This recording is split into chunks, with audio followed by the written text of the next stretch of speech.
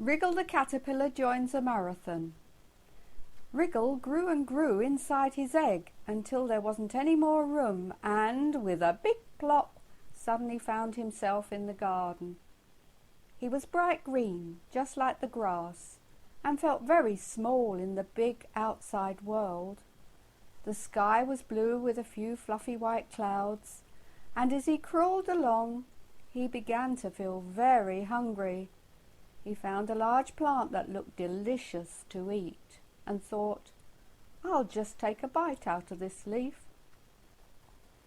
Wriggle grew bigger and bigger as he chewed and chewed at the plants and always found somewhere safe to sleep. One day he woke up, yawned and stretched, and went to have his breakfast on the cabbage patch that belonged to Mr. Watson. "Yummy, this tastes good," said Wriggle. Then he heard a noise coming from the garden path, and peeping between the lines of cabbages, he saw a group of brown, hairy caterpillars crawling along in a line. "Hey, wait for me," said Wriggle, as he crawled over to meet them. "Where are you all going to?" "Oh, we're on a marathon to find the next nettle patch, as we've eaten up the first one," said the leader. "I'm Wriggle. What's your name?" "They call me Big Red. Let me introduce you to the others. This is Blue Sue. She's very moody. Say hello to Sergeant White, who wriggles to the right and sometimes goes around in circles. This is Captain Brown, who keeps us all in order. And the last member of our team is Bossy Black, who tries to give us advice, but we don't always listen." "Hello, everyone. Can I join you in your marathon?" said Wriggle. "If you can keep up with the pace, Wriggle, you are very welcome," said Captain Brown. Wriggle filled his backpack full of cabbage leaves and joined the team. Suddenly a black shadow passed overhead. "Dive for cover," said Captain Brown. They all managed to leap into the air and roll under a foxglove plant. Wriggle bumped into something shiny. "Ooh, what? Tickle my whiskers. Who's that?" said a shiny black beetle. "Sorry," said Wriggle. "We were under attack from the sky. A big blackbird wanted his dinner and we didn't want to be eaten." "Well, tickled my toes. Who are you and where are you going?" said the beetle. "I'm Wriggle, and I'm on a journey to find some nettles with the others."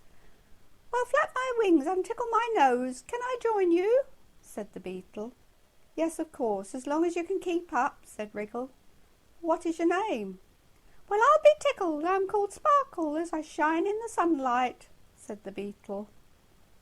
"Come along, Sparkle, and meet the team," said Wriggle. Everyone liked Sparkle, as he was full of fun. They all set off again to where the grass was long under the large apple trees. Crawling was difficult as they forced their way through the thick green strands. "I'm fed up with all this pushing and shoving, and mind this and mind that," said Blue Sue. "Stay behind then," said Big Red.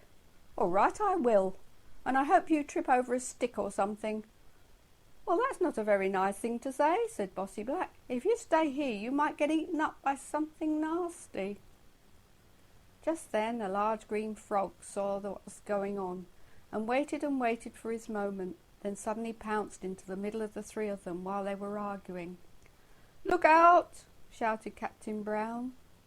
They leapt in different directions and the frog ended up banging his nose on the ground. "Ouch! That hurt," he cried, "and now I've missed out on my tea." He hopped away, feeling rather sorry for himself. When everyone had lined up again, Captain Brown gave the order to march on. Blue Sue had second thoughts about staying behind and decided to join the team again after her long sulk. In a while they reached a patch of green ferns. "We can't eat these. Up and onward, everyone," said Captain Brown. "I really am getting very tired," said Wriggle. They reached a high stone wall and they could smell the nettle bed beyond on the edge of the field.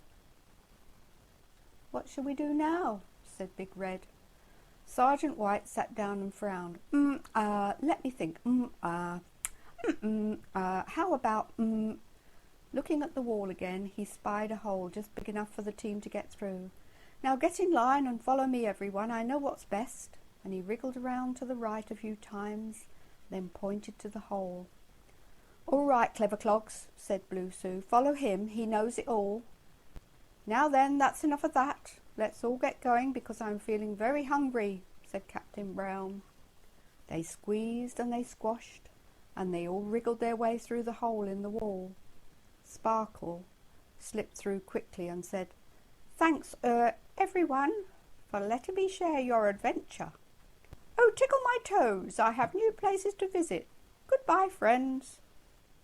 Everyone said their farewells and waved to Sparkle until they couldn't see him any more. Big Red, Captain Brown, Sergeant White, Blue Sue, Bossy Black and Wriggle were tired, but had managed to reach the nettle patch before sunset. Wriggle sat down, opened his backpack and ate his cabbage. The others climbed the nettles and munched until they couldn't eat any more. Then they all fell fast asleep.